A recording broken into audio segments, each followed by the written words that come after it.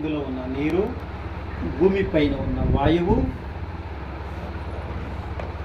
ఆ భూమికి పైగా ఉన్న ఆకాశము, ఆకాశంలోనూ భూమిలోనూ వాయువులోనూ ఉన్నటువంటి ఉష్ణం. నీరు, భూమి, అగ్ని, ఆకాశము, వాయువు, పంచభూతాలన్నీ కలిపి ఏమిస్తుంది? మనకి ప్రాణాన్ని ఇస్తుంది.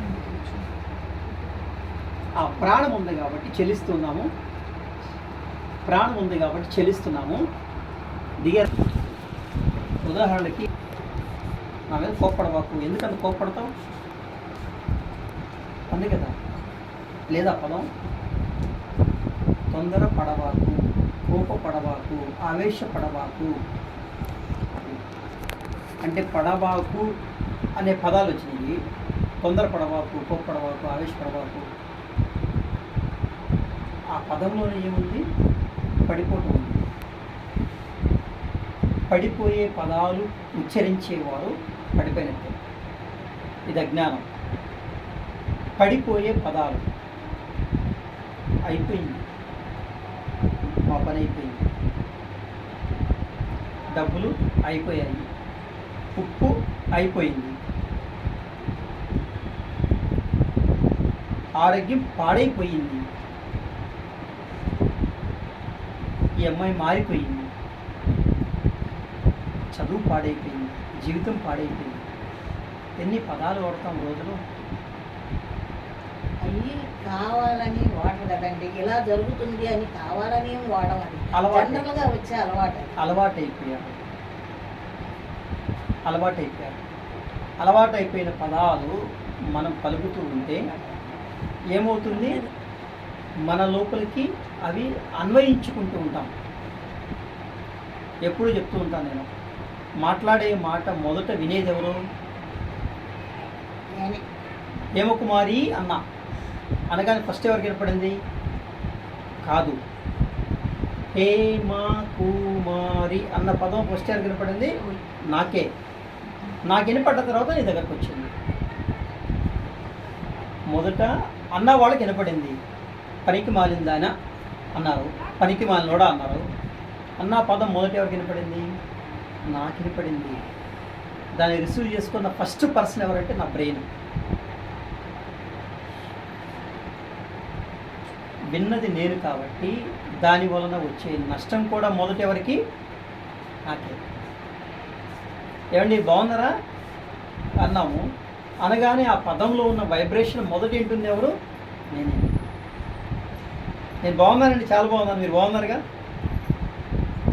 ఆ భరోసా ఇచ్చి, ధైర్యాన్ని ఇచ్చి, లోపలికి మనకి పాస్ చేసిన శక్తి మొదట తీసుకుంది ఎవరు? నేనే. ఆ పదాన్ని ఎవరైతే వాడుతున్నారో అది అజ్ఞానం.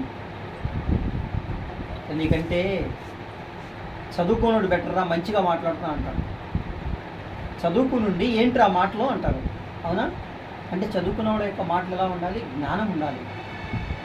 అజ్ఞానంగా పలకటము, అజ్ఞానంగా ఆలోచించటము, అజ్ఞానంగా యాక్టివిటీస్ చేయడం, పనులు చేయడం ఎవరు చేస్తారో వాళ్ళందరూ పడిపోయిన వారు తిరిగి లేవాలంటే టైం తీసుకుంటుంది. మా నాన్నకి అలవాటు అయిపోయిందండి, ఒకటి ఎప్పుడు కూడా ఇదే తిట్లు తిడతా ఉంటాడు, అలవాటు అయిపోయింది. అంటే ఏమైంది? మాట్లాడేవి అలవాటు అయిపోయింది. అక్కడేమీ వీళ్ళు పెళ్ళికి ముందు నేర్చుకుని రాలేదు కదా. ప్రారంభమైన తర్వాత వీరి ప్రవర్తన వలన, వారి ప్రవర్తన వలన వచ్చినటువంటి వ్యత్యాసాలతో ప్రారంభమైన పలుకులు ఏవైతే ఉన్నాయో వాటిని నియంత్రిస్తే బాంధవ్యం, వైవాహిక జీవితం బాగుంటుంది. వైవాహిక జీవితం బాగుంటే వారు ఏం జరుగుతుందో భర్తకి కనిపెట్టగలదు, భార్యకి ఏం జరుగుతుందో కనిపెట్టగలదు. ఇక్కడ మ్యాటర్ ఏమంటే సగభాగంగా తీసుకున్నటువంటి భార్యాభర్తలుగా ఈ సగానికి ఏం జరుగుతుందో సగానికి తెలియాలి. సగానికి తెలియలేదంటే మొద్దుబారిపోయిన మైండ్, మొద్దుబారిపోయిన జీవితంలో ఆ ఇంట్లో ఉన్న కోడలు, భార్య ఉంది అంటే దానికి లోపం ఆ మెట్టినింటిది అవుతుంది, అలవాటు అయిపోయిన ఆమెది అవుతుంది. కుటుంబం బాగుండాలంటే షార్ప్ ఉండాలి, కుటుంబం బాగుండాలంటే జ్ఞానం ఉండాలి, వ్యక్తిగా చైతన్యవంతంగా ఉండాలంటే మనము ఎనర్జీగా ఉండాలి. ఆ ఎనర్జీ దేని నుంచి వస్తుంది? దేవాలయంలో ఉన్న ఏంటి అంత మరి ఎక్కడి నుంచి వస్తుంది ఎనర్జీ? దేవాలయంలో ఉన్న దేవుడి నుంచి, అంతే కదా. మరి చెవు ఎరగొట్టాం కదా దేవుడిది, మరి ఇప్పుడు ఆయన ఏం అనలేదుగా, అనలేదు కదా. జ్ఞానం వచ్చేది, చైతన్యం వచ్చేది, ప్రాణం వచ్చేది 5 శక్తుల నుంచి. సునీత విలియమ్స్ స్కైలోకి వెళ్ళింది కదా, మీరు చదువుతున్నారు కాబట్టి అడుగుతున్నాను. రీసెంట్గా సునీత విలియమ్స్ వెళ్ళింది కదమ్మా, అంతరిక్షంలోకి వెళ్ళింది. తెలీదా? చూడలేదు సార్, మాకు తెలీదు. మా పక్కింటావైతే కాదు, పక్కింటావైతే తెలిసే సార్ మాకు. భారతీయ సంతతికి చెందినటువంటి వ్యోమగామి సునీత విలియమ్స్ వెళ్ళి దగ్గర దగ్గర 2 సంవత్సరాల పైన అక్కడ ఉండొచ్చింది.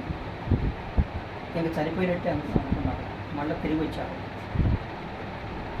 ఏమవుతుందంటే పంచభూతాలు లేని దగ్గర మనం ఉండలేము, మనం ఉండాలంటే పంచభూతాలు ఉండాలి.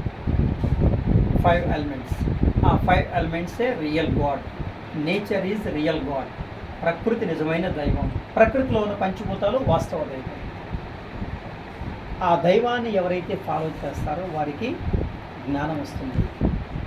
బ్రతికే జ్ఞానం, సంపాదించే జ్ఞానం, చదువుకునే జ్ఞానం, మాట్లాడే జ్ఞానం, ఎదుటి వారితో ఎలా ఉండాలో తెలిపే జ్ఞానం. ఈ జ్ఞానంతో ఎవరైతే ఉద్యోగానికి వెళ్తారో, పెళ్ళికి వెళ్ళి కుటుంబంగా మారుతారో వారు అక్కడ బాగుంటారు. ఈ జ్ఞానం లేకుండా ఎవరైతే వెళ్తారో అక్కడికి వెళ్ళిన దగ్గర నుంచి గొడవలు. ఇదే మా అమ్మకి అన్న ముందు నేను ఉంటే, మా అమ్మకు నేను చెప్పుంటే ఈ జ్ఞానాన్ని, మా నాన్నగారు నా 3వ సంవత్సరంలో చనిపోయేవాడు కాదు. అప్పుడు మా అమ్మ మా నాన్నని ఎలాగా సేవ్ చేసుకోవాలో, ఎలా ఆయన సగభాగంగా చివరిదాకా ఉంచుకోవాలో తెలిసేది. మా అమ్మకు తెలియదు, చెప్పేవాళ్ళు లేరు. ఇదే జ్ఞానము మీ ఇద్దరికి నా దగ్గర ముందు నుంచి ఉండుంటే, ఫాలో చేస్తూ ఉండుంటే, నేర్పుంటే వారిద్దరూ ఈరోజు ఉండేవారు. ఎందుకంటే పట్టుకోవడం చేత కాకపోతే జారిపోతుంది. బిడ్డనైనా భర్త పట్టుకోవడం చేత కాకపోతే జారిపోతుంది, పడిపోతుంది, ఫెయిల్ అయిపోతుంది. ఇకనైనా ఇప్పటికైనా రాబోయే జనరేషన్లో ఉన్నారు కాబట్టి మీరు, మాకు జరిగిన ఫెయిల్యూర్ మీకు జరగకూడదు. జ్ఞానంతో, మీకున్న జ్ఞానంతో విశ్వానికి కనెక్ట్ అయ్యి ఖచ్చితంగా కనుక మీరు విశ్వ జ్ఞానాన్ని తీసుకుంటే అది మీ భవిష్యత్తుకు, మీ కుటుంబ జీవితానికి ఉపయోగపడుతుంది. అర్థమయ్యిందా ఏమిటం అది? ఇప్పుడు మేము అందరం వింటాం, నేను చెప్పాలి. నేను ఇంటి విన్నాను కదా, చెప్పాలంటే ఇష్టం. మా అమ్మ చెప్పిందిరా సార్, మనం విన్నది ప్రింట్ అవ్వాలి, మన బ్రెయిన్ వెంటనే రిసీవ్ చేసుకుని ఆకలింపు చేసుకోవాలి, డైజెస్ట్ అయిపోవాలి. అప్పుడు దానిలో ఉపయోగం. బందర్ నుంచి ఇక్కడ దాకా వచ్చాను, వచ్చిన దానికి రిజల్ట్ ఉండాలి. ఈ వచ్చిన రిజల్ట్ మీకు లైఫ్ టైం అంతా నిలబడాలి. గుడికి రోజులు, వారంలో, నెలలో ఎన్నిసార్లు పోయినా కానీ ఫీలింగ్ అంతే. కానీ ఇక్కడికి ఒకసారి వచ్చిన వ్యక్తి లైఫ్ మొత్తం కూడా ఇక్కడ ఉన్న జ్ఞానం ఉపయోగపడాలి. వారికి భవిష్యత్తులో ఇక్కడ ఉన్న జ్ఞానం అందుకోవాలి. ఇది విశ్వజ్ఞానం. పుస్తకాలు, గ్రంథాలు కానీ విశ్వం. విశ్వం ఈజ్ ఈక్వల్ టు నేను. విశ్వం ఈజ్ ఈక్వల్ టు నేను. దైవం ఈజ్ ఈక్వల్ టు నేను. శక్తి ఈజ్ ఈక్వల్ టు నేను. అర్థమవుతుందా? శక్తి ఈజ్ ఈక్వల్ టు నేను, దైవం ఈజ్ ఈక్వల్ టు నేను. కానీ శక్తి ఈజ్ ఈక్వల్ టు మనం ఏం నేర్చుకున్నాము? అమ్మవారండి, దేవుడండి. దైవం ఈజ్ ఈక్వల్ టు మనం ఏం పేరు పెట్టుకున్నాము? రకరకాల పేర్లు పెట్టుకున్నాము. రకరకాల పేర్లు పెట్టుకున్నాము. దైవానికి ఎవరి ప్రాంతానికి, ఎవరి కులానికి, ఎవరి మతానికి సంబంధించిన దైవంగా పేరు పెట్టుకున్నాము. కానీ ఇక్కడ ఈ శరీరాన్ని ఆపరేట్ చేసేది ఎవరు? శరీరానికి అవసరమైనటువంటి విషయాలన్నిటినీ జ్ఞానంతో తెలియపరిచేది ఎవరు? అమ్మ, గుళ్ళో దేవుడా, చదువు చెప్పే పంతులు గారా? ఇప్పుడు నాకు మంచిళ్ళు అవుతున్నాయి. చెప్పింది ఏది? నా సెన్స్ ఈజ్ ఈక్వల్ టు దైవం, దైవం ఈజ్ ఈక్వల్ టు నేను. ఆ నేనులో ఉన్నటువంటి నేనే అనే అద్భుతమే ఇక్కడ ఉన్నటువంటి దైవ సిద్ధాంతం. ఆ నేనే ఎవరికైతే యాక్టివ్ అవుతుందో, నేనే ఎవరికైతే యాక్టివ్ అవుతుందో వారికి అనారోగ్యం ఉండదు, బాధలు ఉండవు, దుఃఖపడరు, సంతోషంగా ఉంటారు. పోయిన సంవత్సరం స్టార్టింగ్లో టీచింగ్ ప్రారంభించాను. నేను ఎలా మారాలని ప్రారంభించాను? ఆనందము, పరమానందము, సచ్చిదానందము. ఆనందంగా ఉండండి, ఆనందాన్ని పరమానందంగా మార్చుకోండి, పరమానందాన్ని వచ్చి సచ్చిదానందంగా మార్చుకోండి అని చెప్పాను. ఇవన్నీ ఎలా వస్తాయి? నా లోపల ఉన్న నేనే అనేటువంటి దైవం యాక్టివ్ అయినప్పుడు. గుడిలో ఉన్న దైవానికి పూలమాలలు 100 రకాలు వేసి, పాద పూజలు 1000 రకాలు చేసి, మనకున్న ఆస్తులన్నీ నిలువుదోపిడి ఇచ్చినా కానీ ఇక్కడ ఉన్నటువంటి లోపల ఉన్న జ్ఞానం యాక్టివ్ కాలేదనుకో, అహం బ్రహ్మాస్మి మన లోపల చైతన్య పరచలేదనుకో, ఉపయోగం. అవునా కదా పాపలో? రియల్ గాడ్ నా లోపల యాక్టివ్ అయితే చైతన్యం అర్థమవుతుంది.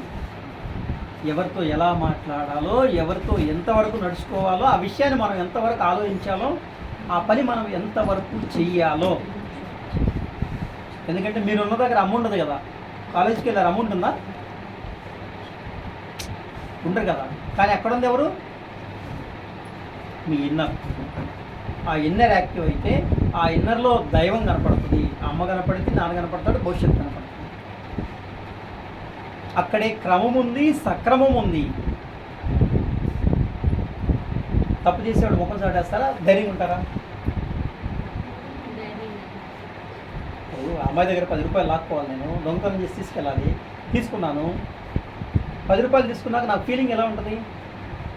బిడింగా, భయంగా, ఎవరైనా చూసారా అమ్మాయి 10 రూపాయలు తీసుకోవటం? భయం ఉంటుంది కదా పొరపాటు చేసినప్పుడు. ఎవరైతే అహం బ్రహ్మాస్మి వారి లోపల ఉన్నటువంటి నేనే అనే చైతన్యం యాక్టివ్ అవుతుందో వారికి భయం పోతుంది ఫస్ట్. ఎందుకంటే తప్పు చేయట్లేదు. లోకంలో ఉన్నటువంటి కాలేజీలో ఉన్నటువంటి 100 మంది పిల్లల్లో ఐక్యూ లోపల ఉన్న సెన్స్ అహం బ్రహ్మాస్మి యాక్టివ్ అయిన ఆ ఒక్క పిల్ల బాగుంటుంది, 99 మంది వేస్ట్ అయిపోతారు. విశ్వజ్ఞానం పొందిన ఆమె ఒక్కతే, అతను ఒక్కడే బాగుంటారు, 99 మంది వేస్ట్ అయిపోతారు.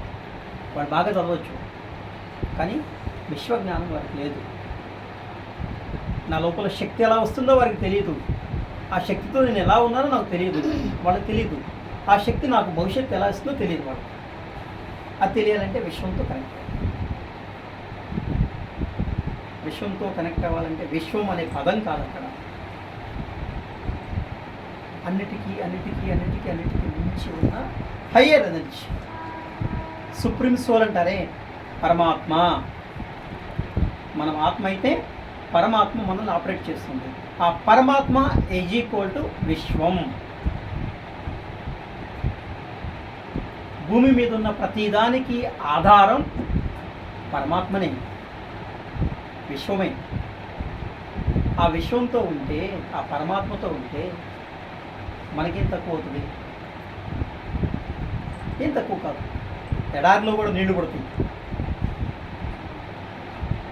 ఎడారిలో నీళ్ళు వస్తాయి. అయిపోయింది నా పని అనుకున్నప్పుడు వెంటనే అక్కడి నుంచి శక్తి వస్తుంది. అదే విశ్వం. దాన్ని వెతకనవసరంగా గమనించాలంటే